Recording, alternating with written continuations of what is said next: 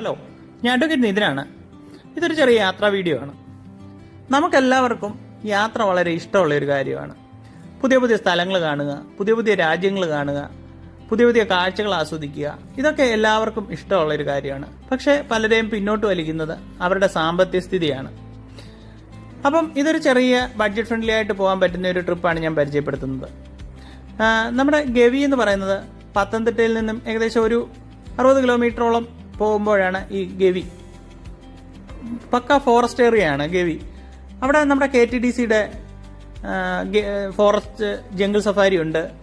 പിന്നെ താമസ സൗകര്യം അവിടെ ഉണ്ട്. നമുക്ക് അവിടെ ആസ്വദിച്ച് കാഴ്ചകൾ കാണാനുള്ള സൗകര്യങ്ങൾ അവിടെ ഒരുക്കി തരും. ഇപ്പം നമ്മുടെ പേഴ്സണലി നമ്മുടെ വണ്ടിക്ക് വേണേലും പോവാം.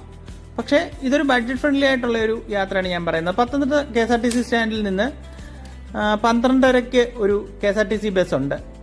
അത് ഗവി വഴി കുമളിക്കുള്ള ഒരു ബസ്സാണ്. അപ്പം ഈ ബസ്സിൽ ഏകദേശം ഒരാൾക്ക് ഒരു 200 രൂപയ്ക്കുള്ളിലൊക്കെ ഉള്ള ഒരു റേറ്റേ ആവത്തുള്ളൂ. അപ്പം ഇതിൽ നമുക്ക് KSRTC ഡ്രൈവർ ആയാലും കണ്ടക്ടർ ആയാലും അവർ നല്ല നല്ല സ്പോട്ടുകളിലൊക്കെ കൊണ്ട് വണ്ടി നിർത്തി നമ്മളെ കാഴ്ചകളൊക്കെ ആസ്വദിക്കാനുള്ള സൗകര്യങ്ങൾ ചെയ്തു തരും. അപ്പം നമുക്ക് ഈ കാഴ്ചകളെല്ലാം ആസ്വദിച്ച് പോകാം. ഡാമുകളുണ്ട് ഇടയ്ക്കിടയ്ക്ക്, പിന്നെ KSEBയുടെ സബ്സ്റ്റേഷൻസ്, അങ്ങനെയൊക്കെയുള്ള കാര്യങ്ങളുണ്ട് ഇടയ്ക്ക്. പിന്നെ ഞാൻ പോയ സമയത്ത് മഴ ആയതുകൊണ്ട് മഞ്ഞ് കാണാൻ പറ്റി, നല്ല രീതിയിൽ മഞ്ഞ് ഉണ്ടായിരുന്നു.